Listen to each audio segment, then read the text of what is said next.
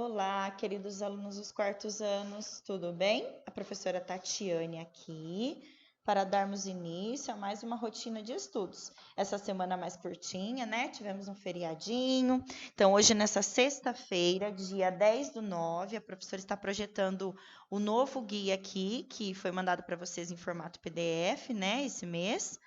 Vamos então para o dia 10. Vamos trabalhar. O Aprender Sempre Volume 2, crianças, nós estamos começando a trabalhar ele hoje, né, a partir da aula 1. Alguns alunos vão receber ou já receberam essa semana, né? E algumas semanas retroativas, inclusive. Se você não conseguiu pegar, pode até a escola retirar, tudo bem? Senão, nós, professoras, já estamos providenciando a entrega aí para vocês na medida que vocês vão aparecendo nas aulas presenciais, ok? Então, vamos trabalhar o Aprender Sempre Volume 2. E matemática EMAI, estamos finalizando ele. E hoje aula de artes, que vocês tanto gostam. Vamos lá. Aprender Sempre, ele tem essa carinha aqui na capa, ó, volume 2, certo? Vamos trabalhar as páginas 3, aqui, aula 1. 3, 4 e 5. A aula 1 nos traz o seguinte, ó, ler para saber mais sobre os textos instrucionais. Em algum momento no quarto ano vocês já ouviram falar sobre esse tipo de texto, mas hoje nós vamos contextualizar de uma forma mais detalhada. Vamos lá. O que vamos aprender? Nessa aula você vai relembrar o que é um texto instrucional e onde podemos encontrá-lo. Também reconhecerá melhor as etapas dessa sequência didática e o que fará no fim deste estudo? Leia o jornal do Joca. Envie vídeos com a sua opinião sobre filmes, livros e séries. Filmes, livros e séries. Sabe quando a gente acaba um livro, um filme, sente vontade de contar o que achou dele para os amigos? Agora você poderá compartilhar a sua opinião com os leitores do Joca de todo o país. Participe da campanha Minha Opinião no Joca. Você pode enviar para a redação do jornal um vídeo em que conta o que achou de determinado livro, filme ou série. As melhores gravações serão postadas no TV Joca, o nosso canal no YouTube. Para entrar na campanha, siga as instruções abaixo e aproveite.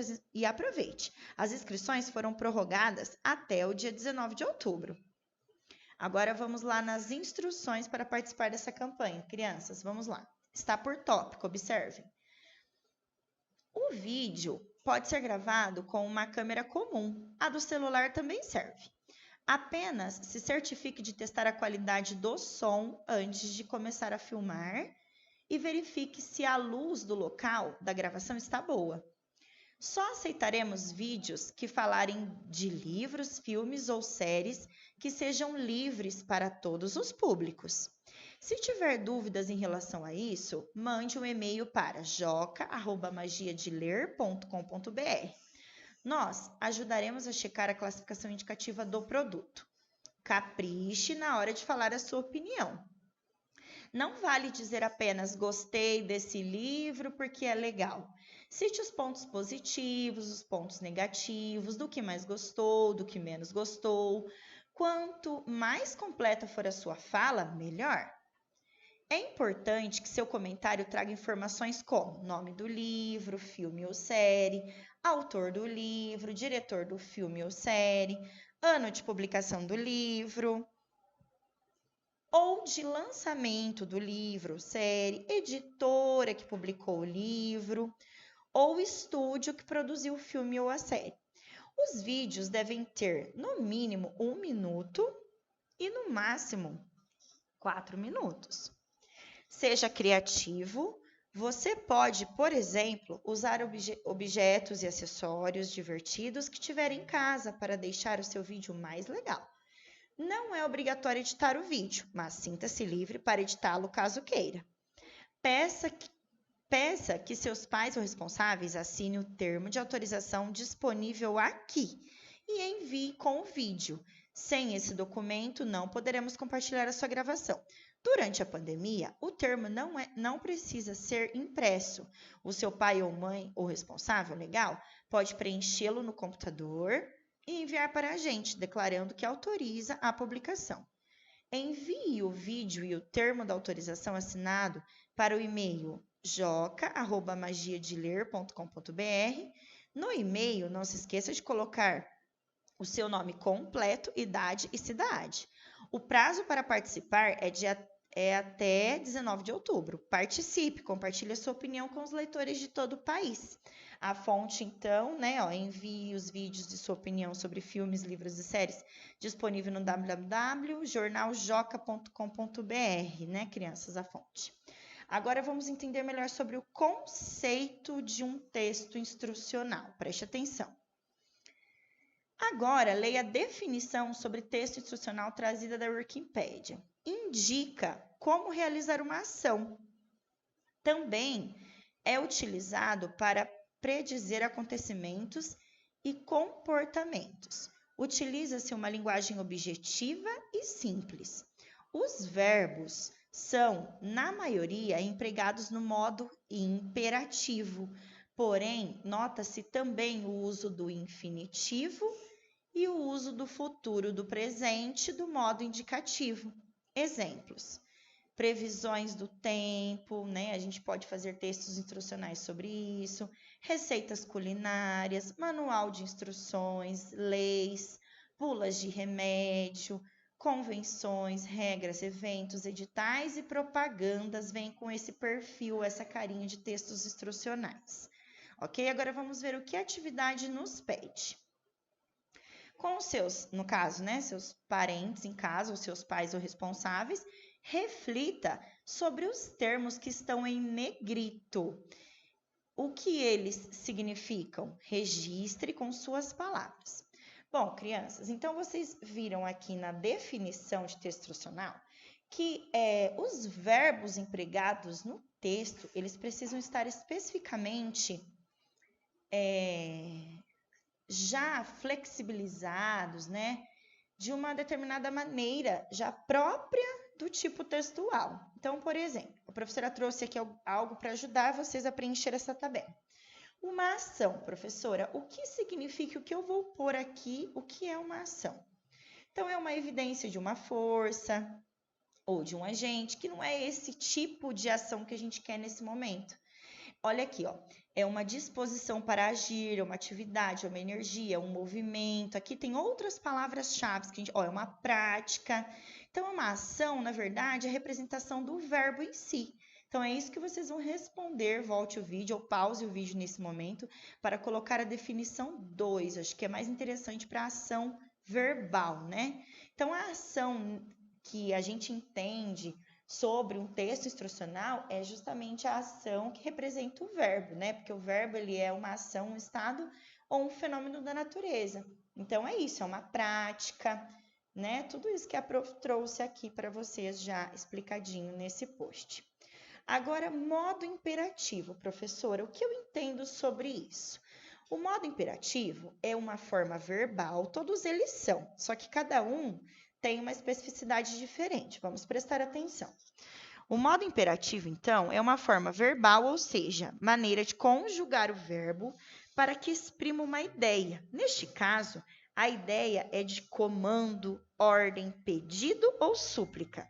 Então, eu tenho o modo imperativo afirmativo e o negativo. E trago aqui para vocês também alguns exemplos. A ideia principal é essa para que vocês coloquem na tabela, ok? A professora já trouxe minucioso aqui explicadinho. Então, olha aqui, ó. Abra a janela agora. É uma ordem, tá vendo? O verbo abrir, ele imprime a ordem de abrir a janela, ó. Deixe-me, por favor, né? Então, ele está pedindo, por favor, uma súplica, só que ele não deixa de dar um comando, certo? Fale a verdade, é melhor, fale, tá vendo o verbo falar? Ele imprime justamente isso, olha lá, ó, o que fala aqui, uma ordem, um pedido, né? Então, aqui estão os exemplos, mas aqui é a explicação que vocês realmente precisam pôr nessa tabelinha. Vamos entender agora o infinitivo. O que é o modo infinitivo do verbo? Porque todos esses daqui para baixo são modos verbais, né? Vamos entender do modo infinitivo. O modo infinitivo, então, crianças, ele expressa, ó, a ação do verbo em si.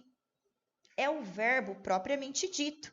Dizemos também que ele é o nome do verbo, já que é nessa forma que os encontramos no dicionário, por exemplo.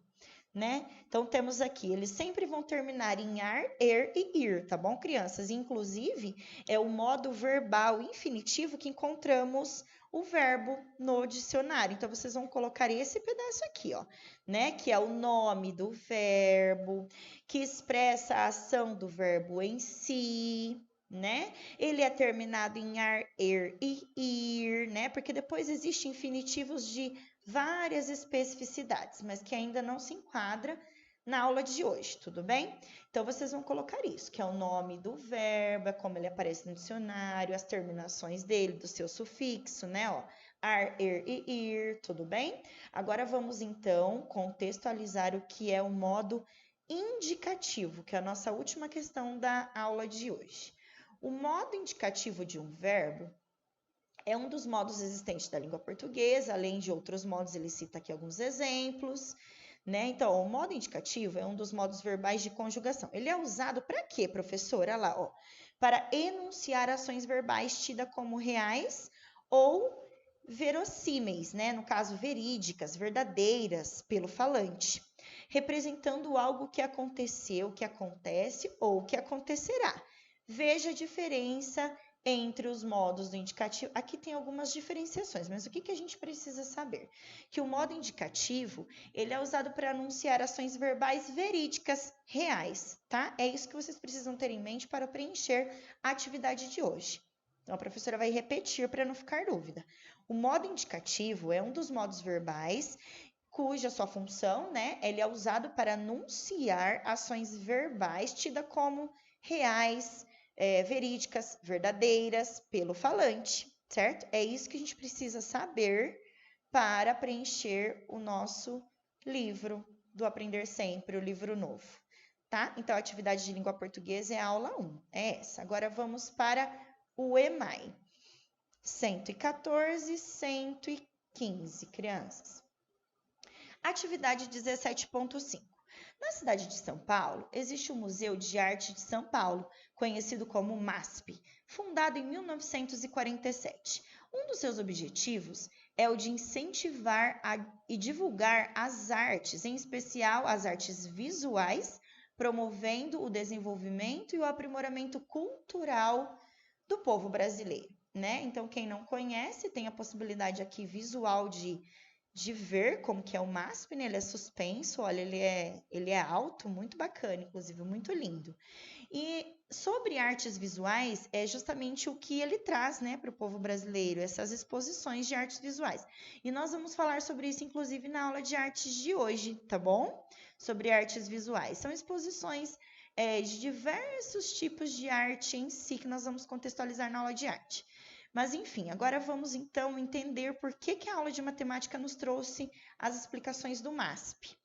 Os amigos Gustavo e Pedro irão visitar o museu pela primeira vez e estão na esquina da rua Peixoto Gomide com a Alameda Itu. Crianças, quando as atividades de matemática me pedem exercícios de localização, eu tenho que ter foco nas informações que ele me pede.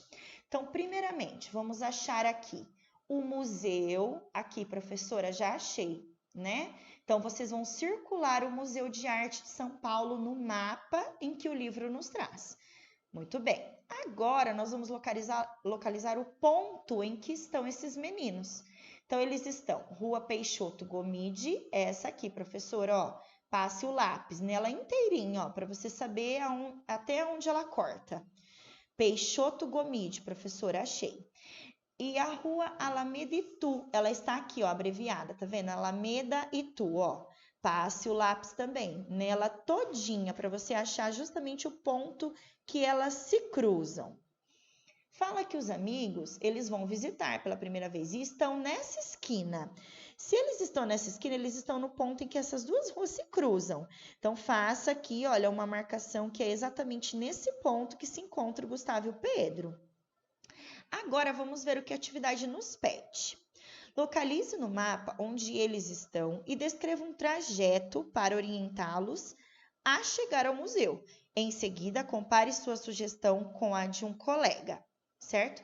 Então, eu tenho aqui o espaço para eu escrever. Criança, lembrando o seguinte, quando eu vou me orientar, né, para espaços em mapas ou para eu dar alguma informação no trânsito ou no bairro para algum amigo, enfim, eu preciso me certificar de pontos de referência. Lógico que o nosso mapa, ele se encontra assim bem sucinto, né, com poucas informações.